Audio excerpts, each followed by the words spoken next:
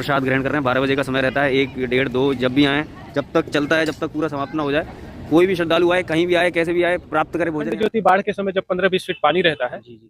तो उस समय नाव से आकर इसमें जोत नाव से आती है महाराज जी? दीपक जलाते हैं या फिर उसमें तेल डालने की आवश्यकता जो भी होती है। भोजन हमेशा मिलता है, और भी सब बाकी कुछ चलता है। पर्टिकुलर भंडारे का समय रहता है दोपहर में, शाम को।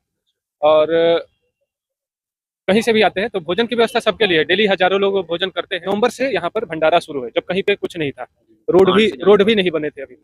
तो नवंबर से शुरू है और सबसे आखिरी तक यहाँ का भंडारा चलता है। तो जय श्री राधे, जय माँ गंगे की। दोस्तों, मेरे साथ महाराज जी हैं। मैं हूँ यहाँ देवरा बाबा जो वृंदावन के हैं महाराज जी, उनके आश्रम में हूँ। अब मेरे साथ महाराज जी हैं जो बताएंगे कि देवरा बाबा के आश्रम में यहाँ क्या कार्यक्रम रहता है, किस तरीके से यहाँ जो भी श्रद्धालु भक्त आ रहे हैं भोजन कहाँ प्राप्त करते हैं, और इस आश्रम की जो महिमा है वो महाराज जी मेरे को। ओम नमस्ते। देवरहा बाबा आश्रम का यह जो है स्थान, वह यही झूसी का है और ये 12 मास रहता है। मतलब बस बाढ़ के समय डूबा रहता है, लेकिन जो अखंड ज्योति आप ये देख रहे हैं, ये हमेशा जलता है। ये अखंड ज्योति बाढ़ के समय जब 15-20 फीट पानी रहता है, जी, जी।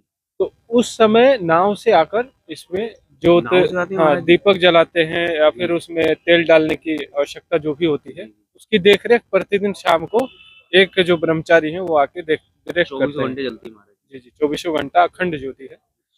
और यहाँ पर नवंबर से यहाँ पर भंडारा शुरू है, जब कहीं पे कुछ नहीं था, मार्च से जाएगा। रोड भी नहीं बने थे अभी। तो नवंबर से शुरू है और सबसे आखिरी तक यहाँ का भंडारा चलता है। जितने भी अखाड़े आप आस पास देख रहे हैं, वहाँ वो सभी संत यहीं पे आते थे, यहीं पे भोजन करते थे। जब जमीन कट रहे थे, उनकी शुरुआत, तंबू भी नहीं लगे जी, थे, जी। तो यहीं पर रहते थे। और ये सबसे अंत तक चलता है, जब सब लोग चले जाते हैं, ये तभी भी बना रहता है। तो ये हर प्रकार के मत संत का स्वागत और सेवा बहुत अच्छे से की जाती है, चाहे भोजन की व्यवस्था हो। और अखंड ज्योति एक तरीके से ज्ञान का प्रतीक रहता है। जैसे हमारे यहाँ एक श्लोक है, तमसो मां ज्योतिर्गमय, अंधकार से प्रकाश की तरफ, मतलब अज्ञान से ज्ञान की तरफ ले चलना। तो उसी संक्षेप में शास्त्रार्थ गोष्ठी भी है, ज्ञान की गोष्ठी है। जी। और कि ज्ञान से परिचय कराया जाए। ज्ञान से ज्ञान तक। आज जानकारी बहुत है, इंफॉर्मेशन सोशल मीडिया पे, लेकिन वह संशयात्मक ज्यादा बढ़ गया, क्योंकि आप कई लोगों को सुनेंगे और अनुभव में नहीं उतरे हैं, तो संशय को बढ़ाता है। यहाँ गोष्ठी में प्रयत्न है कि उन संशय का निवारण किया जाए। तो यहाँ पर ऐसा कोई प्रवचन कथा की तरह नहीं है। आपका जिस भी विषय में अपना गहरा अनुभव रहा है, वो अपनी समझ को दे सकते हैं।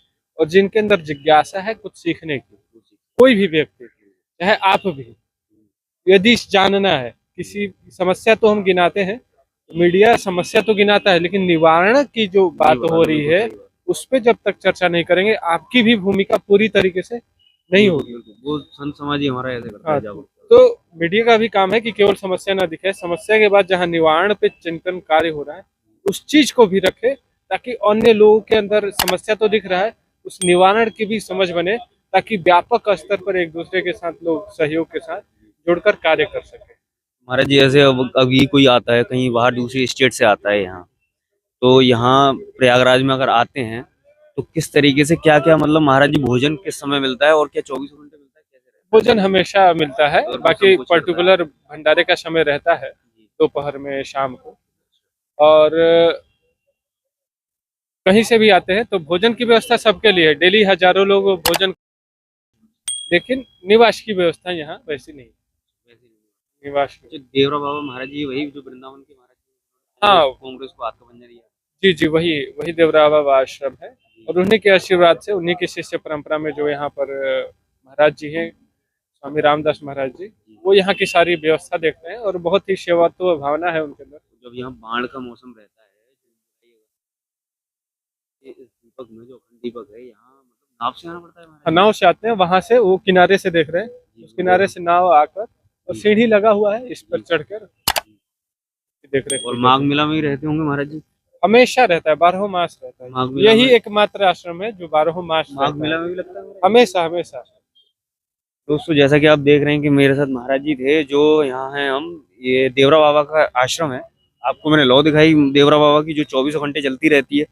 यहाँ हम आश्रम में, मैंने आपको बताया कि अगर आप यहाँ महाकुंभ आते हैं, प्रयागराज आते हैं, तो यहाँ आपको फिक्र करने की कोई जरूरत नहीं कि आपको भोजन कहाँ कैसे क्या। इस बात की कोई भी टेंशन नहीं लेनी है। यहाँ आप आए, 12 बजे समय है भोजन का, यहाँ प्रसाद आपको मिलेगा। शाम के वक्त है, शाम के वक्त भी प्रसाद मिलता है।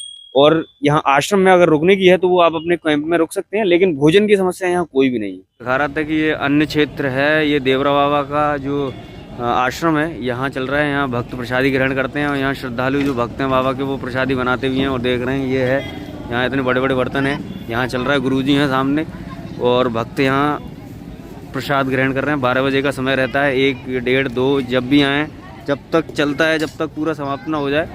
कोई भी श्रद्धालु आए, कहीं भी आए, कैसे भी आए, प्राप्त कोई भी दिक्कत नहीं भोजन की।